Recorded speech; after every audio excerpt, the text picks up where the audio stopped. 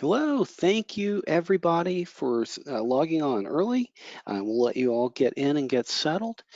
Just want to say thank you for taking time out of your day, either now or live or on the YouTube channel here after we're done with the live recording. I just want to say thank you all, especially given all the crazy stuff going on this year. So let's get started. So this is the October edition of the PASS HADR virtual chapter. We're going to start this with just a moment of community news here, and then we'll turn this over. Okay, first of all, PASS is launching a diversity, equity, and inclusion virtual group. The first session is here it just ran, so you can check it out on YouTube. Check it out. They're bound to have a lot more sessions over the next few months. Go check it out. Good stuff. PASS Virtual Summit, Microsoft has announced some general sessions, and quite frankly, if you're not already signed up for the PASS Summit this year, please go sign up. It is always my favorite event of the year. Due to all the crazy stuff this year, it's going to be online, but you know what? That's okay. Tons of great content. It's recorded. You're going to be able to watch this for the next year or so. It is just a wonderful event. Also, go check out the pre-cons, and I'll pat myself on the back. I'm lucky enough to have one of the 19 pre-cons occurring there. So if anything related to performance of virtual environments is up your alley, go check out mine. Otherwise, there are tons of fantastic topics out there from performance, HADR, cloud, you name it, it's out there. If I wasn't giving mine, I'd be watching one of theirs. And I'm already signed up for one on Tuesday, so go check it out. The PASS Pro program has been launched. It's really inexpensive. It is an awesome opportunity to go learn more. There's a lot of really good content, and there's a lot more planned. Go check this out. We're not the only virtual group chapter out there. If you notice, there are about 20 other virtual chapters out there with a lot of really good content. And again, if you can't make these during the time slot that they've got scheduled, no big deal. They're all out on PASS TV. They've all been recorded live, and you can go watch these at a later date. But sign up for the virtual chapters so that you can go see the announcements. If you've not been a part of the SQL Saturday community, you kind of been under a rock or something, because they're out over 1,000 of these events now. The Oregon one was just this past Saturday. I know Montreal's coming up, Bangladesh and Singapore, and there's some more that are going to be virtual on December. Go register for these. They're free, they're online. You don't even have to leave your house. Get up, get some coffee, and come learn with all of us. Like I said before, there's about 20 virtual chapters out there. There's just an incredible amount of free information out there. So go sign up. There's something for everybody here. PASS Career Center, especially given this year, if you're looking for a new career or if you're recruiting, especially if you're recruiting, go out to the PASS Career Center, peruse what's out there, post jobs if you're in the market to hire. Now is a good time if you're a job seeker, because there's a lot of good people out there. Connect with PASS. Chances are you're already a member and you've got all this at your disposal, but Facebook, all the normal social media accounts, sign up for the free membership and come learn and be part of this amazing tech community. Okay, so we are gonna turn this over to Cody. This is tiered disaster recovery for virtualized SQL Server. I'm gonna make you the presenter here. Great, thank you so much. I'm really excited to be working with the PASS group, especially the HADR group today. This is a great topic for everyone. Everything we're going to be going over today is going to be applicable to what everyone does watching today. So we're going to be focusing on license-free backup and high availability storage with the Synology ecosystem to achieve a tiered disaster recovery suite for SQL Server on VMware. So one of the things I wanted to touch on first, just a little bit about myself, is my name's Cody. I'm a product manager here at Synology. I've been with the firm for a couple years, and in a past life, before I worked with Synology, I was actually part of a managed service provider for about 5 years, where I actually deployed networks and deployed Synology on site. So I've actually seen firsthand how some of these packages like snapshot replication and active backup for business that have actually saved businesses, and by extension, that can help your home lab and all of those things as well. So this is going to be our main guide for the entire event today. It's going to be focusing on these three sections. What we want to do is first start off with high availability storage to achieve a local redundancy at the data store level. And then we're going to move into local backups because that's going to be your fastest restore option rather than pulling off from offsite or from the cloud. And then, of course, you still want to have that third layer in case everything goes wrong with both your local backups and high availability storage. Let's say there was a large fire or a wildfire that hit a couple of your locations. That's when you would need the cloud backups. So we're going to jump into high availability storage, setting up an initial data store with VMware. But just to be clear, I wanted to just address Synology in case anyone wasn't familiar with the firm. We're founded in the year 2000. We just had our 20-year anniversary. So we actually provide a unified hardware and software experience. What that means is that we design our own hardware, we pour our own silicone, and we develop our own software. We have over 7 million units worldwide. So if you're in the storage industry, if you've been interacting with VMware, that kind of thing, you've probably heard about Synology at least once. Now, again, to be clear, we make mainly Synology NAS. We do have some routers and that kind of thing, but we mainly make the NAS devices, and they're scalable from a terabyte level out to petabyte scale. So you can start with a little 2-bay unit. We're actually going to be doing a lot of our demos today on a 718 Plus. That's the unit all the way to the right in this picture. So it's a little 2-bay unit, can be your iSCSI data store for your home lab, that kind of thing. And then if you wanted to upgrade down the line, we have easy migration options for both home users as well as the data center guys.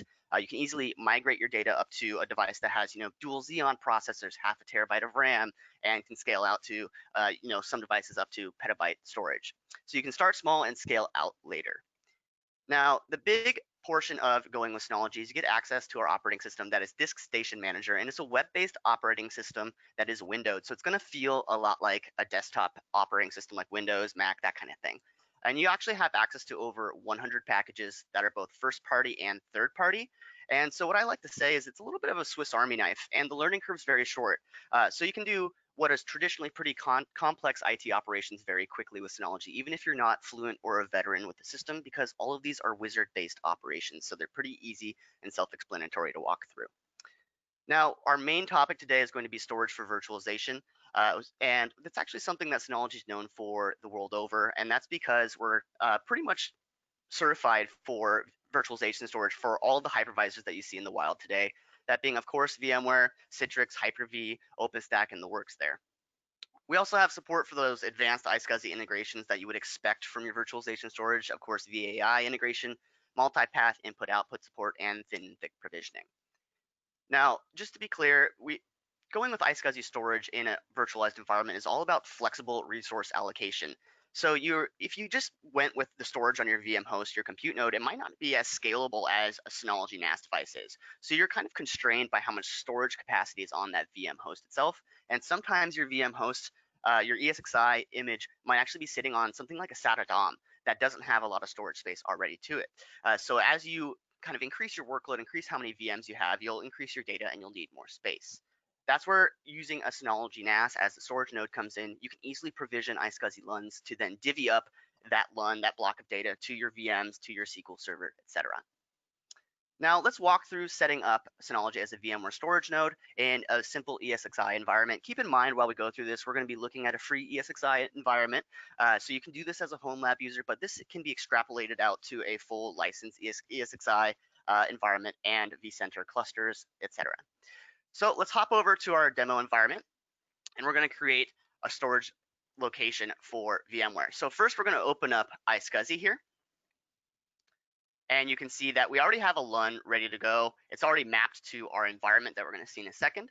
And this is going to be your main snapshot of what your environment looks like. Of course, following down these tabs, you're going to see targets where you create targets, self-explanatory, same with LUNs, and snapshots we're going to touch on a little bit later. So let's dive into target and create a target and a LUN simultaneously. We hit create here, and then we can go ahead and rename the LUN here. I'm just going to rename it pass. And we can go ahead and I'm going to rename the IQN. I like to do that just because it's kind of easier to identify on the other end. So you can also enable CHAP here to add in that additional handshake, but we're not going to be messing with that too much today. So we're going to leave that unchecked. And I'm going to go ahead and grab this IQN here for future use. And that's all I needed to do to create the target. And so what I like about this workflow with Synology is you create the target in one menu, and then immediately in the next screen, you can automatically create and map a LUN to the target you just created. So we're going to do that. I'm going to hit next, and we're going to go ahead and rename the LUN itself. Again, just pass. And we're going to leave it on volume 1. We're going to just leave it at, let's say 15 gigabytes here. And you can see we have thick provisioning on our system right now. And you can see we have a couple options grayed out. So thick provisionings, you get hardware assisted zeroing and locking by default with thick or thin provisioning, but you're going to be foregoing hardware assisted data transfer, snapshots, and space reclamation, which is really handy whenever you're removing data off of the LUN. You can regain some space back. And of course, snapshots are going to be something that we look at a little bit later, because that's the ideal backup solution for your LUNs themselves, snapshotting them and also replicating them offsite. So for our use today, we're going to actually be using thin provisioning, and we're going to use all of our advanced features. I'm going to go ahead and hit apply, and you can see that the pass target is now ready to go, and the LUN is already provisioned and ready to go on top of it. There's pretty much no waiting time to get that all done. So we're going to hop over to our iSCSI environment. You can see we already have a couple VMs running in here, and we have some storage nodes already. Of course, we're going to go to our storage tab here, click on our iSCSI software adapter and configure. So all you really need to do is add in the target that we grabbed whenever we created the target itself. And we're going to use this same IP address that we have above, since it's the same. Now, if you hit save, it's going to apply it to your environment. But since I'm in a free iSCSI environment, I know some people may be watching with a homelab today. I wanted to show you some other advanced settings we changed to kind of stabilize the iSCSI environment. There's some defaults here for the timeouts that you want to change, especially for whenever we're doing switchovers with this free iSCSI environment with the Synology high availability. I changed the login timeout from 30 seconds to 60. I changed the no operation timeout from, I believe, 15 seconds to the default to 30. And I disabled delay acknowledgement, made sure this is unchecked. Again, this is something that helps stabilize your iSCSI environment in a free iSCSI situation. If you didn't catch that, we do have a guide of how to set up Synology as a VMware data store. It kind of goes through some of these other settings that you can enable. So we're going to hit save here. And we're going to go ahead and rescan and refresh and go over to our devices. And you can see we have a 15 gigabyte LUN that is now exposed to my iSCSI environment. That's the one that we just created. We're going to hit new data store. And of course, I'm going to rename it pass, just like we have all the others. And we're going to continue through the wizard. VMFS6, of course, just use the full disk and hit finish. And you can see that we now have a fourth data store that was just populated. We're going to move over here, and you can see it's ready to go.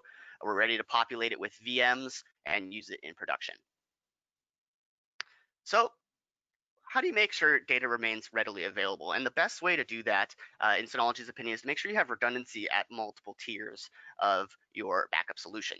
So what we're going to do here is take a look at high availability, and this is going to achieve kind of system level redundancy at the data store level. So your data store is pretty much always available to your hypervisor.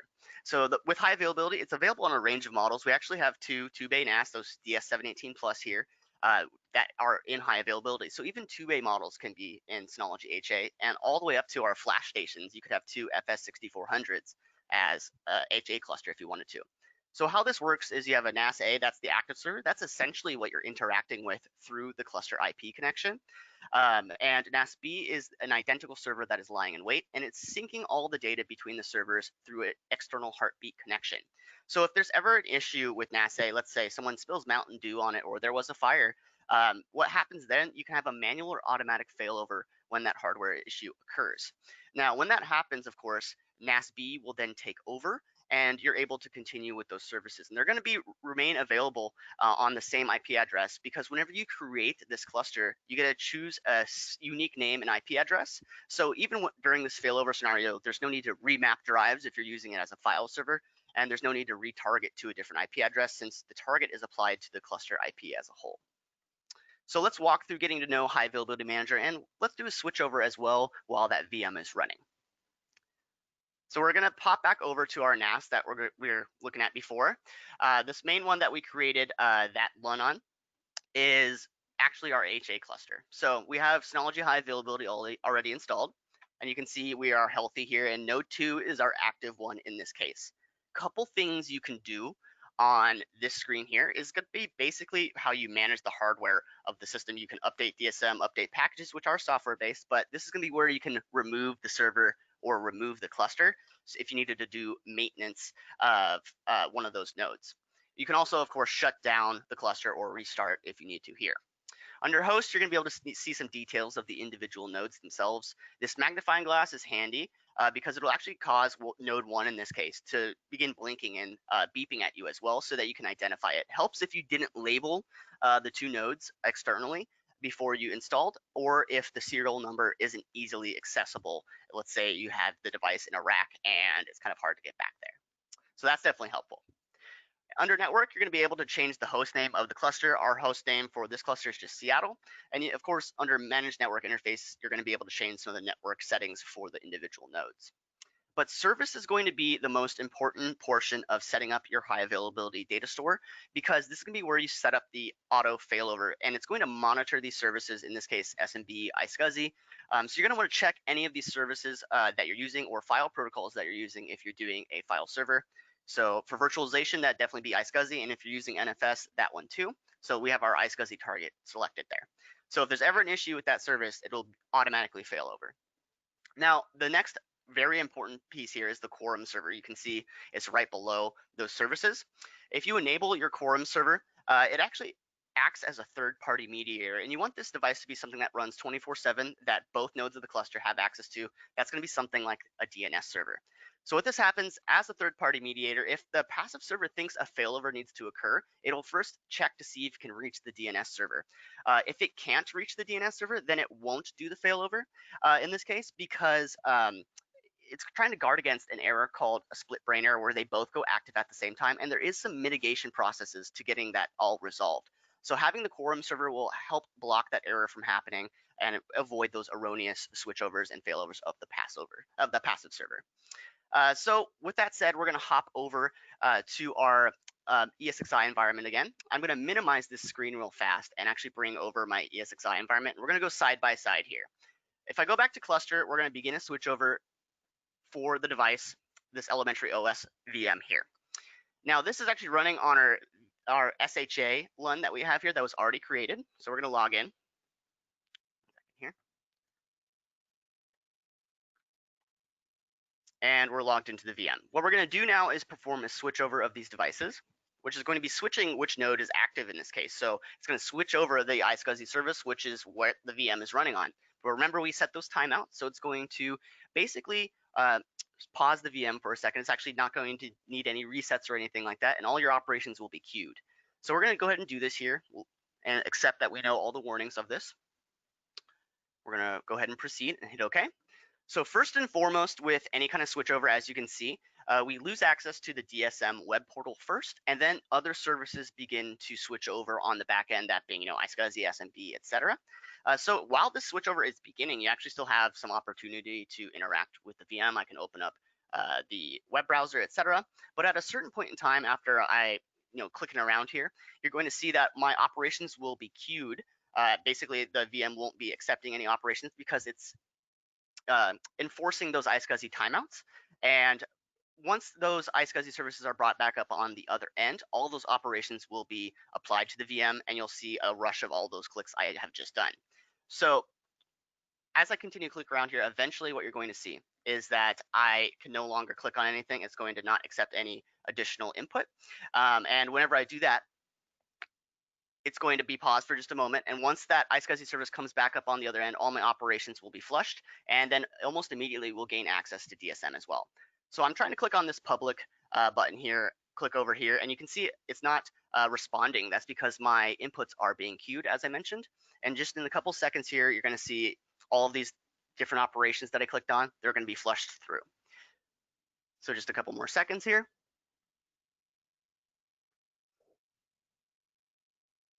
Now, as this is failing over, keep in mind what's happening here. Again, node 2 is going to not be the active server anymore, and node 1 will be the active in this case. So once that is done, all the services will actually be supported by node 1. So that's why all those services are switching over. And you can see that we have now gained access to the VM once more. All of our operations that I did, like exiting out of that menu, were then accepted and applied to the VM. I can, of course, still run into the web browser, things like that.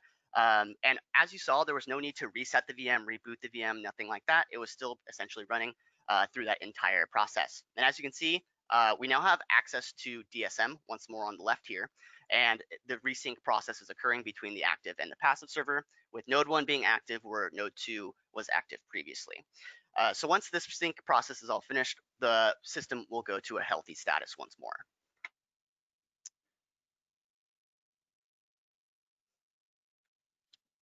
So let's hop back over here and let's talk a little bit about what we're using in our home lab here today. Again, we have two DS718 Plus devices in our environment. That device actually just got refreshed to DS720 Pluses. You can definitely run everything we're running on that too.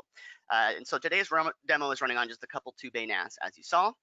But for the office, for data center people, you might be looking at something a little bit more robust like a UC3200. And this is an active IP SAN dual controller model. And it has a lot of features that are more in line with kind of the enterprise needs, that being, Xeon CPUs, a 4-core Xeon for each controller, and 5-year warranties that are more in line with those enterprise life cycles of their devices. Now, with the dual controller design, it's a little bit different than Synology High Availability. If you remember, the heartbeat connection occurred externally, usually with a 10G or above connection. So in these scenarios like that, the heartbeat is constrained by the bandwidth of that external connection. But with the dual controller design, the OS is actually on a SATA DOM on each controller, and the heartbeat is done over PCI bus. So the bandwidth available to this heartbeat connection is much larger. And so your syncs go faster and your failovers are quicker on top of that. The failovers for this device are sub 30 seconds, so it's non-disruptive iSCSI service. That means that you can use this in places like 911 call centers, for example. Now, with active passive clusters, the Synology High Availability, it's pretty much customizable. As you saw, I have the little 2-bay NASs in HA here, and you can also build it out to be a much larger device, like an SA3400, or like I said, a flash station. You have to have fully redundant everything, so you even have redundancy at the disk level inside of the storage array. But of course, what that means is you're going to have a larger expense on the hard drive line item. That is always going to be the most expensive portion of any one of your builds. Now, with the UC3200, they actually have shared storage. Each controller can access those disks and create their own storage pools and manage them. So your overall cost of adding in those hard drives to this sense is actually essentially halved. So it can definitely be more economical to go with the dual controller option. But if you're kind of taking a look at getting high availability storage for your environment, go ahead and reach out to Synology. We have some contact info at the end of this presentation. So reach out to us and we'll help guide you in which solution is better for your situation. So we've talked a little bit about high availability storage, setting up an initial data store. Now let's get on to local backups, because we have data on our high availability storage data stores, and we want to make sure we have a backup plan for those, definitely locally and also offsite, that we'll get to in a minute. Now, of course, as savvy users of computers today, we all have data scattered across a lot of different platforms. We have, you got your computers, you might have several old computers sitting in your closet with a lot of data on them too.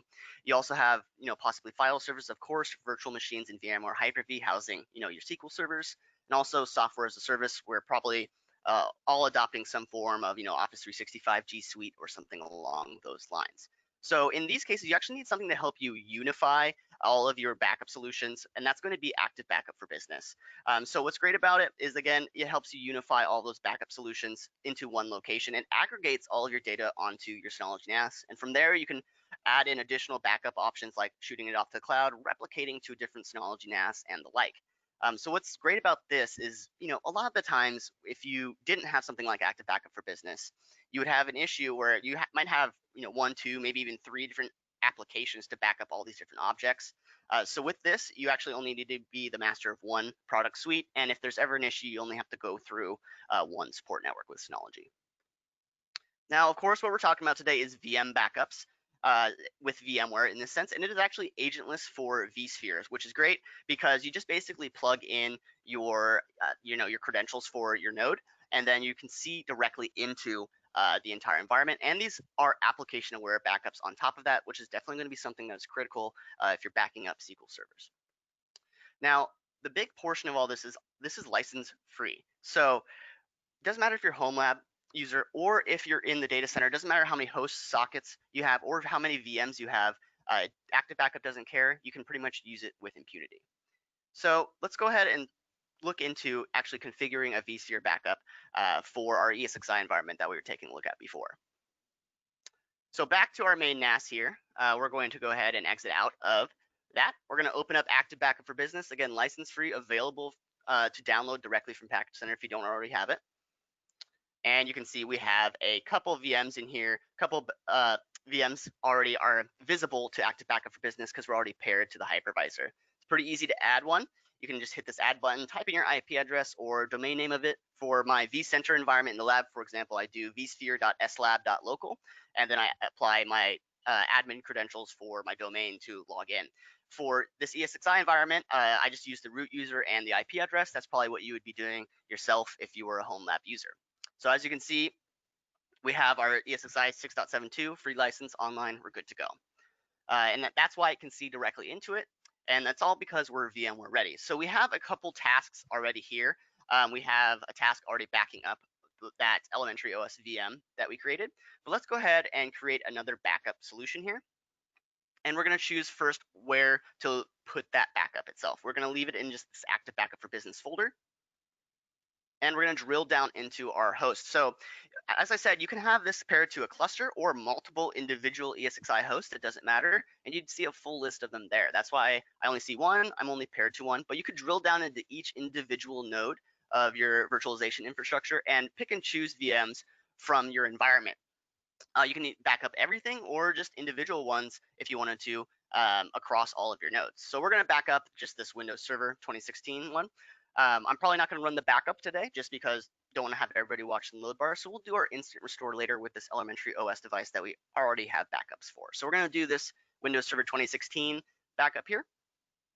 And we're going to add in some of these advanced features. So change block tracking is enabled by default. Please keep in mind though, if you're in free ESXi, you do need to enable this manually. So make sure you have that all done. We have a guide online for actually enabling that manually for your VMs. So make sure you take a look at that on our knowledge base. Another tip here is that you're going to see this a couple times as we move through this event. You can see these little information bubbles. You want to hover over those if you're not sure what you need to set up alongside of that. So for application aware backups, for example, it gives you a hint that you need to use VMware tools and also VSS if you're backing up, Windows Server, for example. So I believe VSS is enabled by default most of the time, or it's probably already enabled for you guys. So make sure that's enabled and have VMware tools on, and that will enable application aware backup for you guys, plus this checkbox. You can also enable data transfer compression. That's good for really just if you have a slow network. It can help reduce the time of backups. We're doing okay on ours, so we're just going to leave that blank. You can also do transfer encryption. I definitely would check that if you're backing up sensitive data like your SQL Server. And of course, you can also enable data store usage detection. And this is actually detecting the data store levels of your VMware data stores. And so what this means is the active backup task will actually fail if your free space is less than 10% in this setup here. And what that means is active backup won't suddenly take up more storage space on your NAS that you could be used for that LUN while you're still trying to get additional disks to expand your array or something along those lines. So it's not going to chew up any more of your data storage if you're kind of getting it full up on your LUNs. Now this enable backup verification actually uses a solution that we have in our devices. It's called Virtual Machine Manager. It's the KVM based hypervisor on our NAS devices. Again, it's available for download from Download Center, no problem. And so what allows you to do is actually spin up a VM of the backup image as a ghost VM in our hypervisor, and it will take a low resolution video of the length you specify here, basically recording the backup image booting and getting to the login screen. That's going to help you verify that you actually have a good backup, it's reliable, and whenever you go to actually spin up your VM once again from that backup, you can easily get back up and running, and you know that the backup is working. So we're going to go ahead and hit next here. And this can be where you hit your set up your schedules. You can have, of course, manual backups you can schedule, or you can have it run with a backup window. You can have this go, daily, weekly. You can specify which days it goes, or you can have it go up to every hour. And also you can set up a backup window, as I mentioned. This is a customizable thing that can allow you to block out the backup times from, let's say during working hours. You didn't want it to back up from 6 a.m. to 6 p.m., for example. And of course, you can customize this in a pretty granular fashion. You could select which, all kinds of random spots if you wanted to. But for us, we're just going to go ahead and let it run all the time. Hit OK. And this can be where you can set up your retention. Now, keep in mind, Active Backup for Business is global block level deduplication across your VMs, your PCs, and your servers. So it's okay to keep all versions if you wanted to, but you could also set up a rotation retention policy.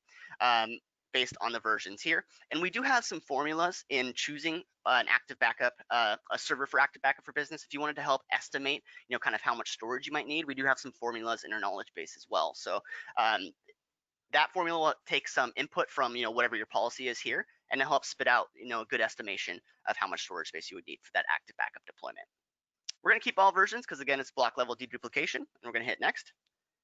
And I'm going to select permissions for who gets to restore with this task. I'm going to set it to myself.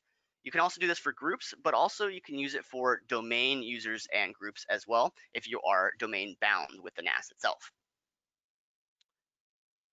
So we're going to go ahead next and apply here. And it's going to ask me to back up. I'm not going to do that right now, so we don't have to watch any load bars here, but that's how simple it is to set up your backups for your ESXi environment.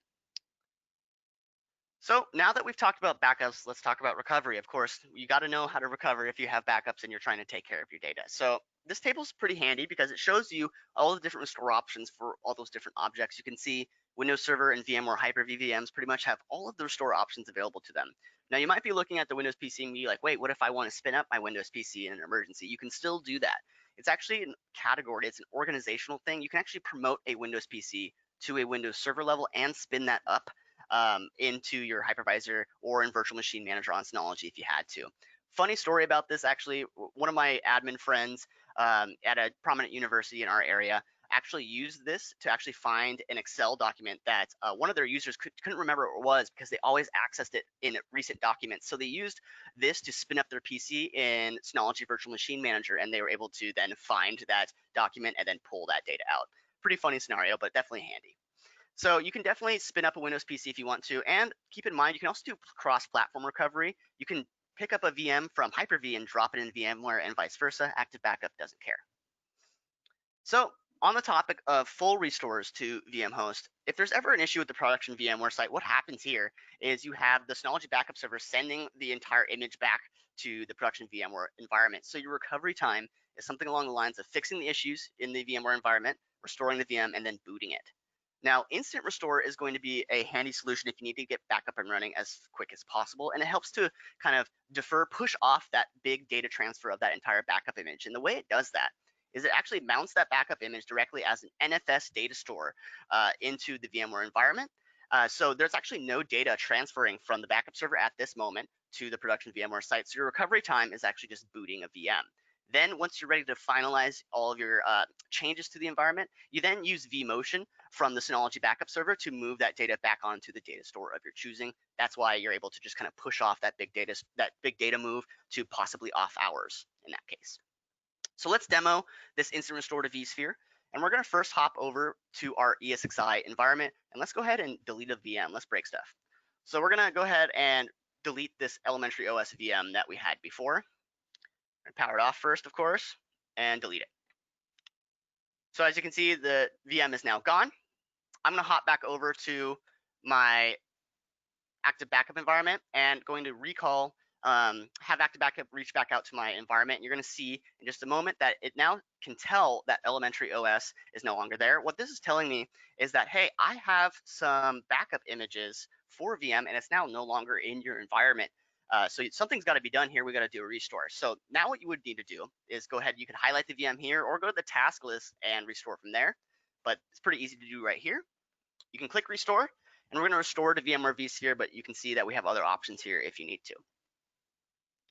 Now we're going to do an instant restore in our case so that it does that NFS data store mount really quickly for us. And we're going to just use these vmug backups from, looks like early October. And so we're going to restore to our original location. You can also instant restore and do full restores to a new location.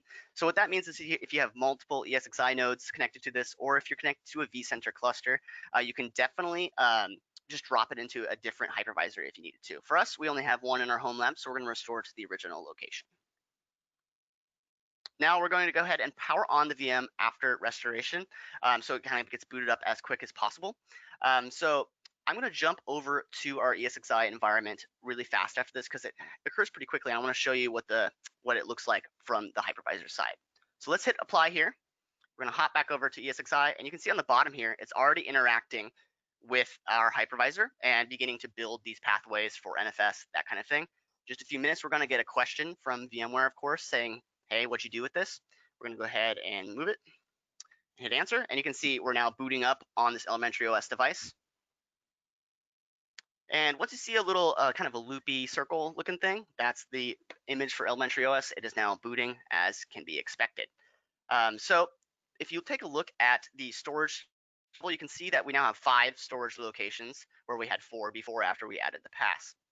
You can see we have this new data store that's named the IP of our cluster and the folder that the backup image was living in. And you can see it is mounted as an NFS data store.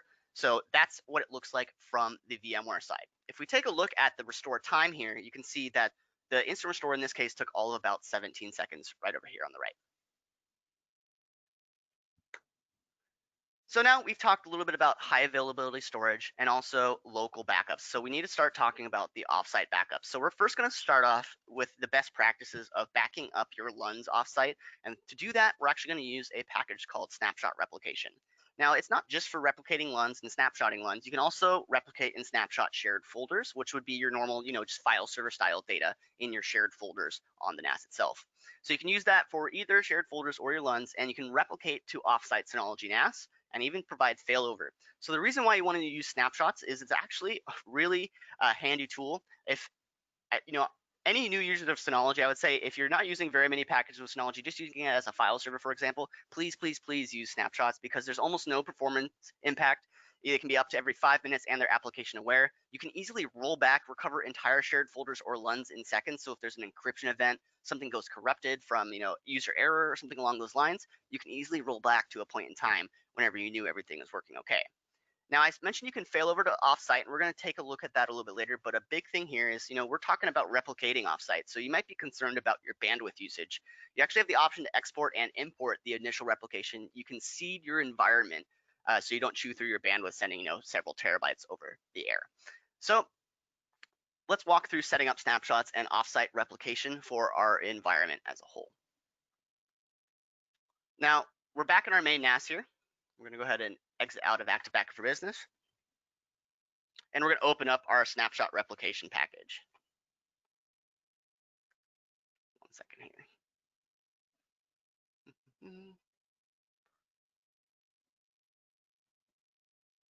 There we are. So here we are with our snapshot replication package here. And you can see it's checking the status, and you can see a quick overview of what's going on.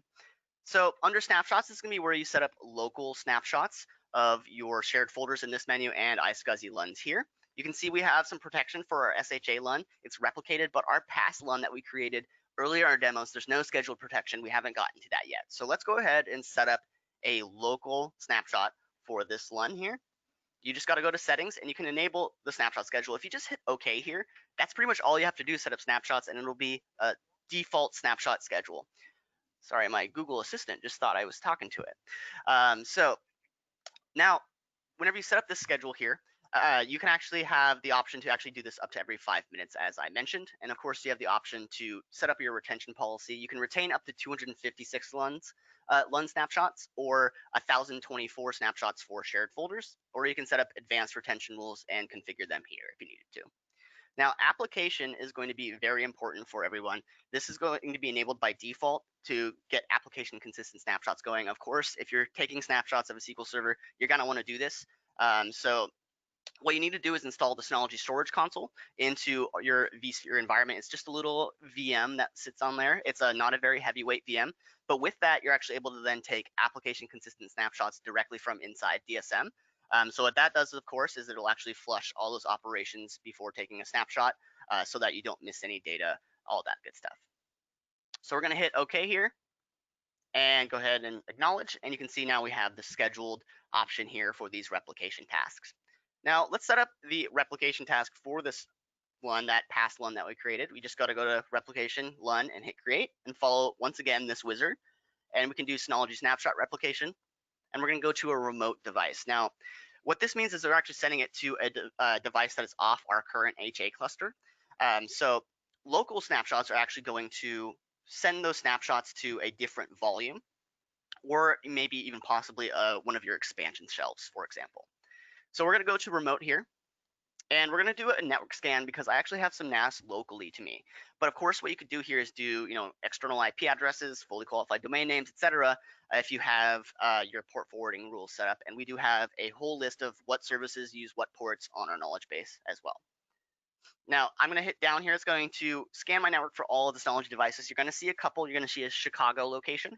We're going to use that as a stand-in for, replicating offsite in this example. You're going to see a couple other ones in my network as well. So just a couple seconds here. We're going to send this off to the Chicago location in this sense. And we're going to go ahead and do our username and password.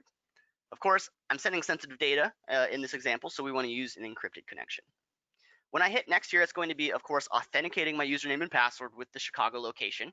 Now, another thing to keep in mind here is it's also querying out to the Chicago location. That's why it's loading right now. It's actually asking the device how much storage space it has, what volumes it has available to it, so that you can then choose where you want these replication snapshots to live. So as you can see, we have volume 1. We're just going to go ahead and dump it on that one. And we're going to send over this pass LUN here. Now, this is going to be where you can send the initial copy over the network and sync immediately after you create the task, or you can also do that seeding environment if you needed to. You could send it using an external storage device like a USB or external hard drive, for example. So we're just going to send it over the wire because we're local and it shouldn't take too long for us today.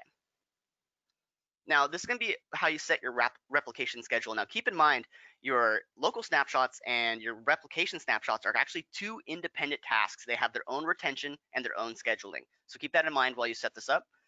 So what you can do here is you can actually enable a replication schedule up to every 15 minutes for a LUN replicating offsite. And just like active backup, as you saw before, you can actually set a transfer window. Same exact menus you saw before. Of course, you could block it out from business hours and customize, when these snapshots are going.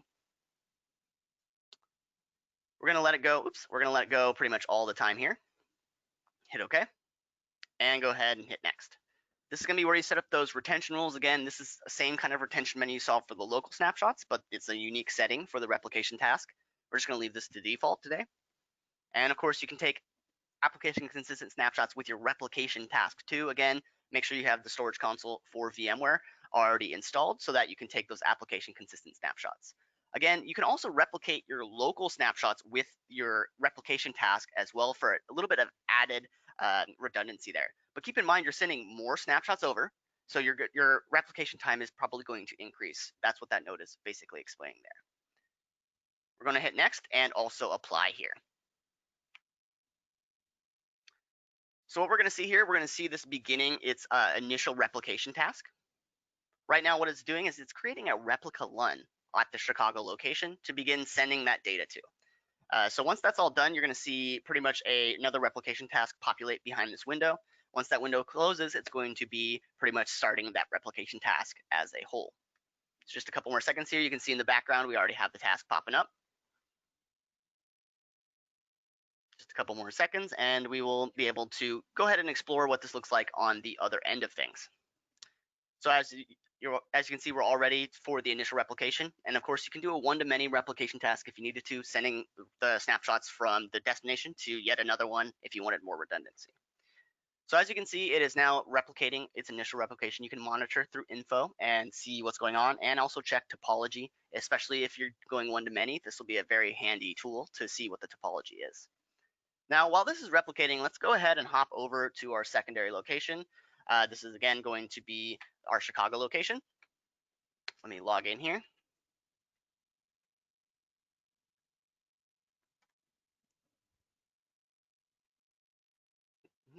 And as you can see, we're logged in, all good to go. If we take a look at our snapshot replication package, you're going to see that we have the other end of the replication task here. You can see we have pass replica, vmug, SHA replica. Looks like our pass replica is already done, and we're good to go on across the board pretty much. Now, if we open up iSCSI Manager at our secondary location, you're going to see that something's just a little bit different. You're going to see on the LUN side that we have the replica LUNs, but you can see they're offline. They are lying in wait for a failover scenario. So let's go ahead and do that here and show you what this looks like whenever you actually do this failover. So what would happen whenever you had an issue with one of your initial NAS? This NAS would actually know that it missed a replication event. In this case, it would actually be able to warn you here saying, hey, there's something going on with the replication task. You may need to do a failover. So what we're going to do here is go to recovery, and you'd actually have the ability to fail over here. It's grayed out now because our connection is healthy. We just created it. You can see we're actually processing a replication task here in just a second. So what I wanted to show everybody, what it does here is it actually won't let you do a lot of different recovery while it's actually doing the replication. So once this replication is finished here, we're going to then go ahead and do this this failover. So just a couple seconds here. While this is happening, why not? Let's go ahead and monitor. Actually, it happened pretty quickly. So let's go ahead and finish this failover here. We're going to force the failover because, again, it is healthy here. So we're going to go ahead and use the snapshot that looks like we just took just a couple seconds ago. So we're going to force this failover. We're essentially making the past replica LUN live here. So here we are. We're now making this live. You can see it's now failover in progress. That's the status right now. And you can see that the past replica LUN has now been colored in. It's this greenish blue color here. And that means it's live, ready to go. And you can see the warning here is saying basically it's just failed over to the server. Now, all you would need to do to access that LUN, of course, would be go to target. You could create a target. Let's say it's just an emergency target in this case. And you would just kind of follow the wizard. And you can map it to that LUN that just became live, that past replica LUN.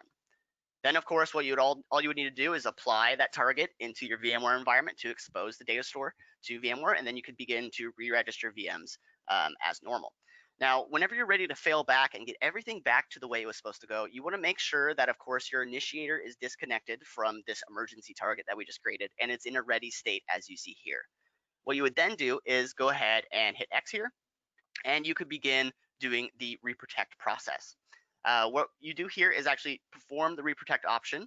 And what this is going to do is allow you to dictate how you want the replication to look after this is all said and done.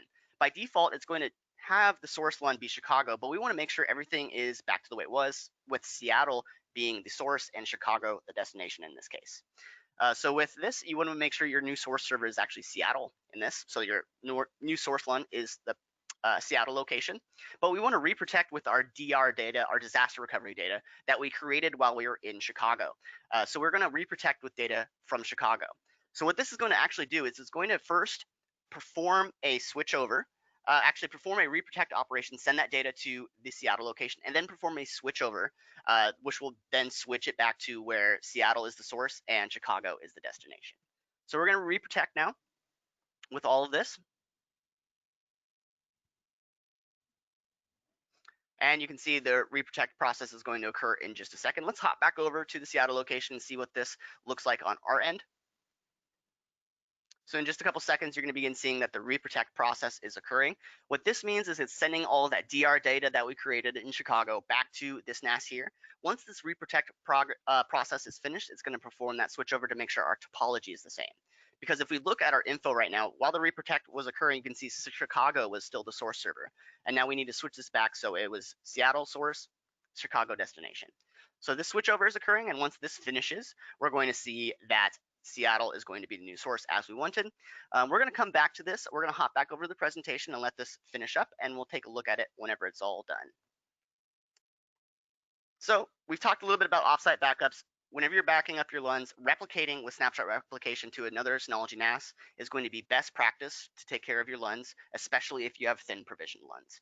But we have some VM data that we backed up with Active Backup for Business, so we need to have a cloud or offsite option for that as well. You could snapshot that data over to a secondary NAS as well by doing a shared folder replication. But in our sense, let's go ahead and explore the cloud backup portion. Of course, with Hyper Backup, this is going to be the main package that you use. It lets you back up to pretty much all of the main providers that you see in the wild today. Of course, Azure, S3, Google, etc. But Synology has its own backup solution that's called Synology C2. We actually think it's probably the best one to utilize for your Synology NAS because it's integrated with it. You have a backup explorer directly built into the NAS that lets you view your backups in the cloud and restore from. You can also use a web-based restore portal to do file level restorations of your backups directly through a web browser. Even if you don't have access to your NAS, again, if there was a fire or anything like that, you could still pull your data out.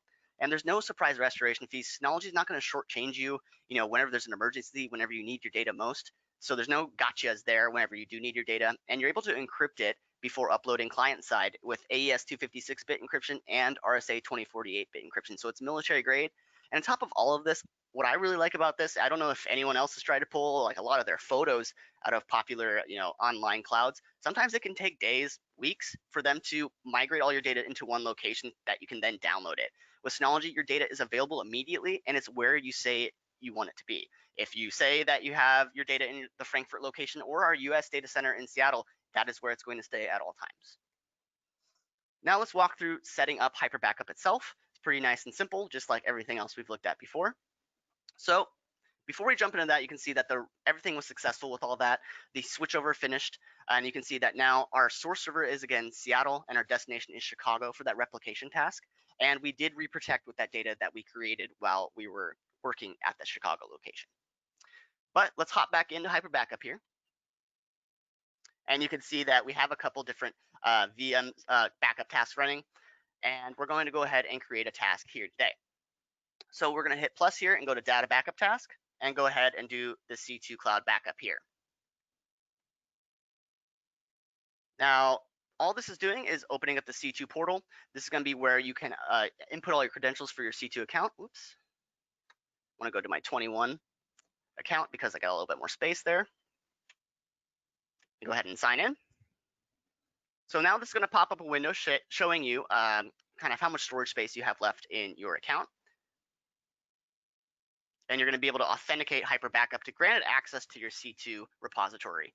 So you can see we have some free space that we can definitely use. Right now we're going to our Frankfurt location, but again, you can definitely subscribe to a plan for our US Seattle data center if you need to. We're going to grant access to Hyper Backup for our C2 repository and hit yes. And then it's going to immediately just redirect us back into our wizard, back on DSM, and we can rename the directory if we want. We're going to just leave it as is. And we're going to hit next, and we're going to select which data we want to back up. Again, we're backing up our VM data from Active Backup for Business.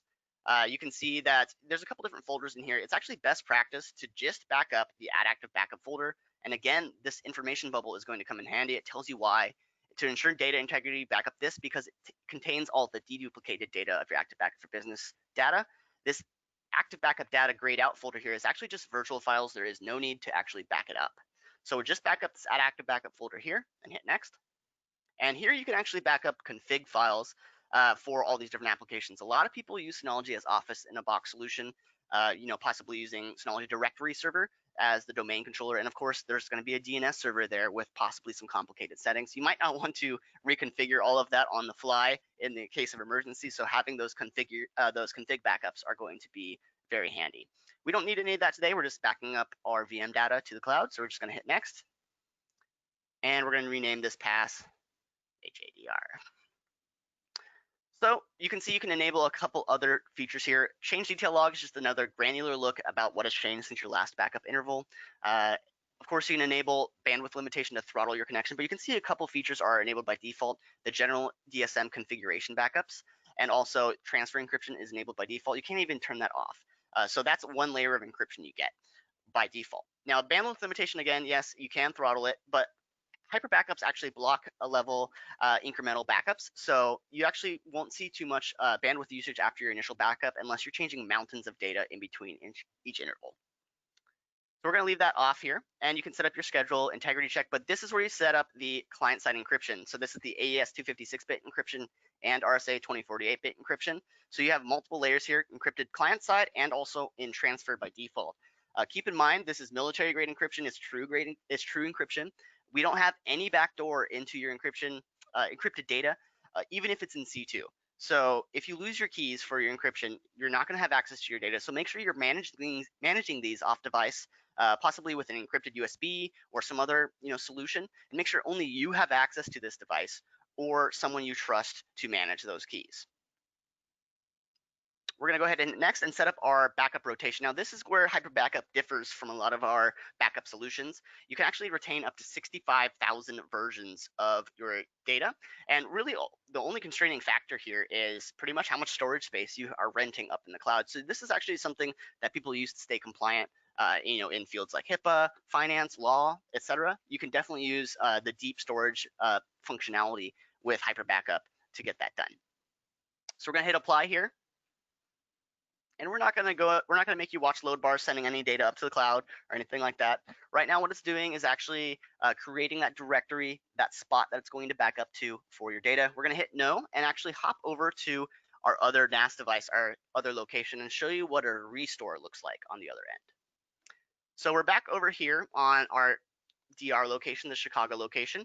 So first off, I wanted to let everybody know that this NAS right here is actually sitting in a point in time prior in the past that it had already accomplished a restore from Synology C2. So it's sitting at a point in time where it's already done a restore of that active backup data, and it's ready to go to be reconstituted in active backup for business. Just some proof here. You can see in the log that that has already been accomplished. It's rolled back to that point in time where it has just done a restore. If you needed to do the restore, you would just hit this restore button, go to data, restore from existing repositories, and point it at whatever bucket you sent it up to originally. In our case, it was C2. So now that we have that shared folder with our backup data all ready to go, we need to bring that data into Active Backup for Business so that we can then spin up our VMs back in our hypervisor. So in Active Backup for Business, you're going to see in our sense here, we actually don't have any backup task or anything like that. So let me just pull this out of here. And you can see there's actually no connection to a hypervisor. There's no data or tasks in the task list. And if you actually go to storage, there's no paired storage to Active Backup for Business. But if we hit this relink button, the NAS actually knows that Active Backup for Business, that folder that we restored from the cloud, exists on the NAS. It can tell that it has a virtual machine task, what the task names are, etc. And it can tell that it's not part of the Active Backup instance on this device. So all you need to do is click it and hit relink. All this is telling you is that the credentials for the hypervisor won't be restored because it's not stored inside of those backups, which is actually a good thing. So we're going to hit OK. And you can see we have Active Backup for Business as storage now, that folder that we restored. You can see our deduplication rate.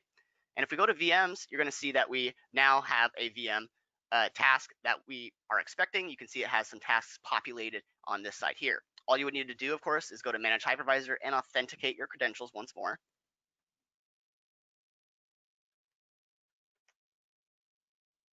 And you can see we're back online and we should go green, good to go, all that good stuff.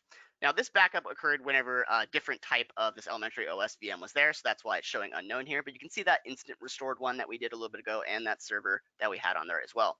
Of course, all you would need to do here at this point in time is then highlight one of your tasks and then hit restore, and then you could restore as we did previously in the earlier active backup thing. You could do an instant restore with this cloud data and of course restore to the original location, boot it up really quickly, and then it would occur, in about 17 seconds like it did before. Now let's talk a little bit about some hardware suggestions, just as some final housekeeping for the session today. So we talked a lot about some great features, active backup, snapshot replication, and even virtual machine manager that will require BTRFS support. And please just use BTRFS across the board whenever you're using Synology devices, so you have all these advanced features available to you. It's definitely a robust solution, and it has a lot of great features like self-file healing and that kind of thing. So if you wanted to use active backup, snapshot replication, and others, that's definitely going to require BTRFS support because active backup uses the deduplication through BTRFS, and snapshots are BTRFS-based snapshots. Now with SSD cache, there's definitely some options to do that. Our new DS220 Plus definitely has the ability to do SSD cache. Even you can do SSD cache in the front bays of devices as well. But these cache options actually help increase database and file server performance. And really what that means is any kind of operation that has, an access pattern for your users, like, database operations and file servers as well, then it'll definitely benefit from SSD cache. But use our SSD cache advisor in Storage Manager during production so that it can tell you kind of what the real access pattern is, and it will tell you how large of an SSD cache you need for your uses. Now, on topic of SSD cache, you should think about memory upgradability, and if you need to use Virtual Machine Manager with a smaller device like a DS220 Plus, for example, that is the raffle today, you will definitely want to take a look at upgrading your memory so that it can actually do those VM boot ups. And also with SSD cache, the larger the SSD cache, it's going to be the more memory that you need. So if you have a particularly large SSD cache, you'll definitely want to upgrade your memory. And we do have kind of a write-up, a white paper on SSD caching that kind of explains why that is the case. With the network interfaces, as I mentioned, you have the ability to kind of have that external heartbeat. It's best practice to have that heartbeat connection be a faster or equal bandwidth to the cluster's IP connection to the network. So all the HA clusters really need is just 2 ports on each device, one for heartbeat and one for the cluster connection to the network. So if you can have 10G for your HA cluster, definitely use that as your heartbeat. But as you saw today, we had 2 720 plus devices, and the heartbeat was 1G, and also the cluster connection to the network. So it definitely does work with that. But if you can go to a 10G heartbeat connection, that's definitely going to be a good option. Now, last but not least, you have some options to partner with Synology. If there's any, resellers out there, MSPs, that kind of thing, we do have a partner program that will give you access to your account manager. We help you with partner exclusive deals and also project consultations. But if you're an enterprise user, all's not lost. You can still interact with Synology. We have the Business Advantage program. That's something that I work with. I'm actually working with a lot of end users actually, and I might be your account manager in that sense. And be helping you through kind of any project consultations. I can help you with, possibly new build outs, that kind of thing.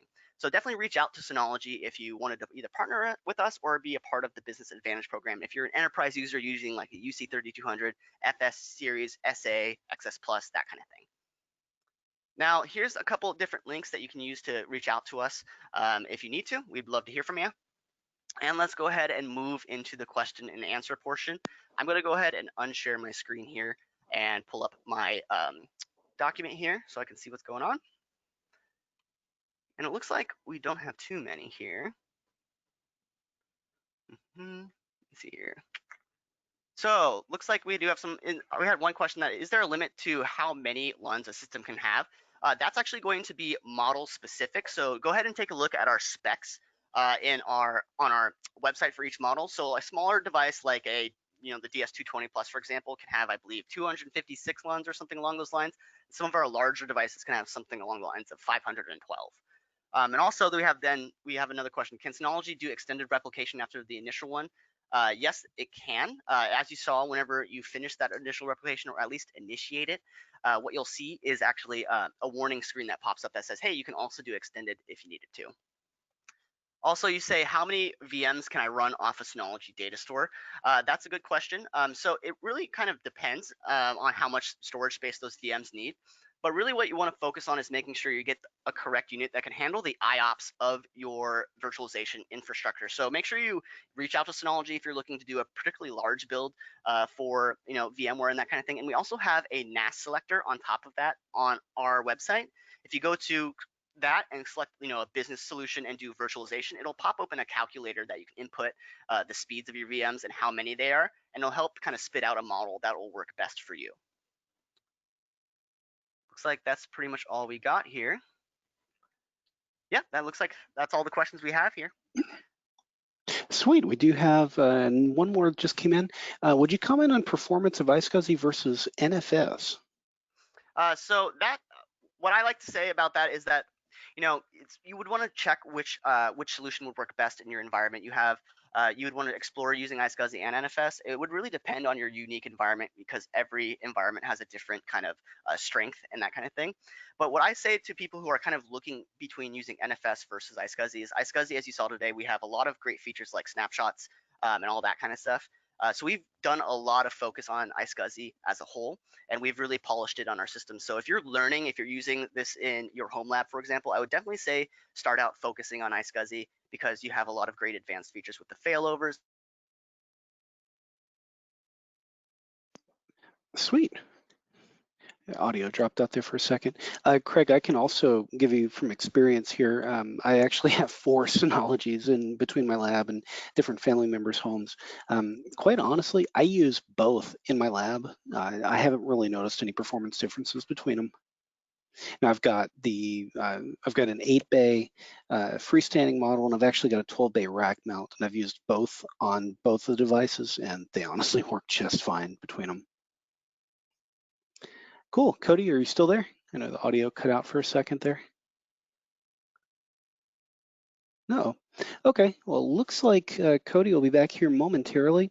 The good thing is all of you that stuck around and attended, you are registered for a drawing for one of their 2-bay NASs. I'm actually really excited with this because those are really cool devices. They're super flexible. And as just a side effect, you get tons of good things for homelab with those, media server, all kinds of cool stuff. So we're going to draw a winner at random from all the folks who attended. We'll let you know by email if you won. And if you're watching this after the fact, check these things out. The availability in these are really good, and there's just tons of great information on them. So go check it out, and thank you for attending, and we look forward to seeing you at the next one. Thanks a lot, everybody.